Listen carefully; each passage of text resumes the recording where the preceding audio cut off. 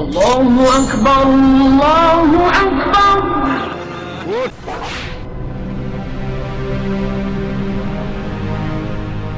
حضرت بلال حبشی رضی اللہ تعالیٰ عنہ مشہور صحابی ہیں جو مسجد نبوی کے ہمیشہ موذن رہے۔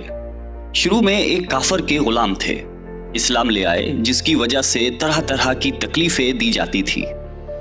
امیہ بن خلف جو مسلمانوں کا سخت دشمن تھا، ان کو سخت گرمی میں دوپہر کے وقت تپتی ہوئی ریت پر سیدھا لٹا کر ان کے سینے پر پتھر کی بڑی چٹان رکھ دیتا تھا۔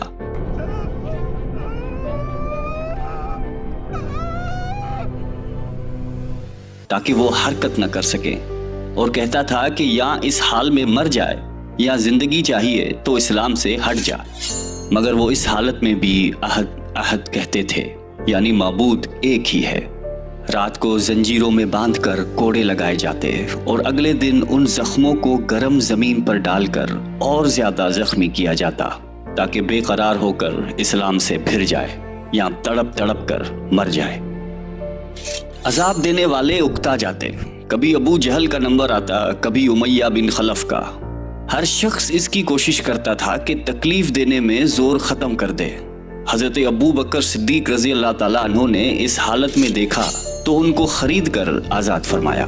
چونکہ عرب کے بت پرست اپنے بتوں کو بھی معبود کہتے تھے، اس لیے ان کے مقابلے میں اسلام کی تعلیم توحید کی تھی، جس کی وجہ سے حضرت بلال رضی اللہ تعالیٰ عنہ کی زبان پر ایک ہی کا ورد تھا۔ یہ تعلق اور عشق کی بات ہے۔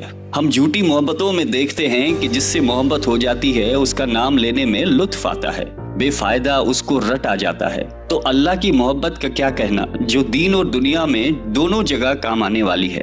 یہی وجہ ہے کہ حضرت بلال رضی اللہ تعالیٰ عنہ کو ہر طرح سے ستایا جاتا تھا، سخت سے سخت تکلیفیں پہنچائی جاتی تھی۔ مکہ کے لڑکوں کے حوالے کیا جاتا تھا کہ وہ ان کو گلی کوچوں میں چکر دیتے پھریں، اور یہ تھے کہ ایک ہے کی رٹ لگائی تھی۔ اس کا یہ صلہ ملا کہ پھر حضور اکرم صلی اللہ علیہ وآلہ وسلم کی دربار میں مؤذن بنے، اور سفر حضر میں ہمیشہ اذان کی خدمت ان کی سپرد ہوئی۔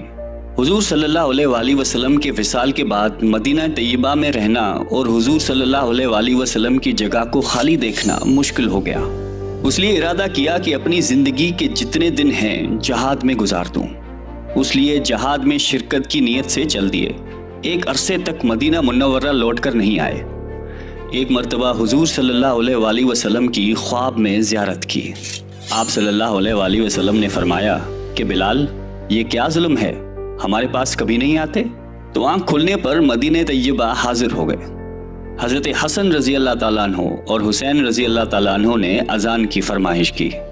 لاڈلوں کی فرمائش ایسی نہیں تھی کہ انکار کی گنجائش ہوتی۔ اشہد ان لا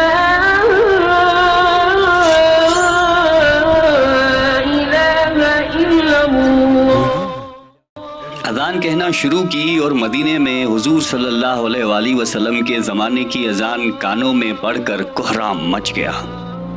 عورتیں تک روتی ہوئی گھر سے نکل پڑیں۔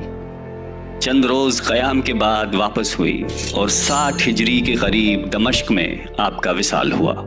اللہ تعالی ہم سب کو قلب سلیم عطا فرمائے اور قرآن اور حدیث پہ چلنے کی توفیق عطا فرمائے، آمین۔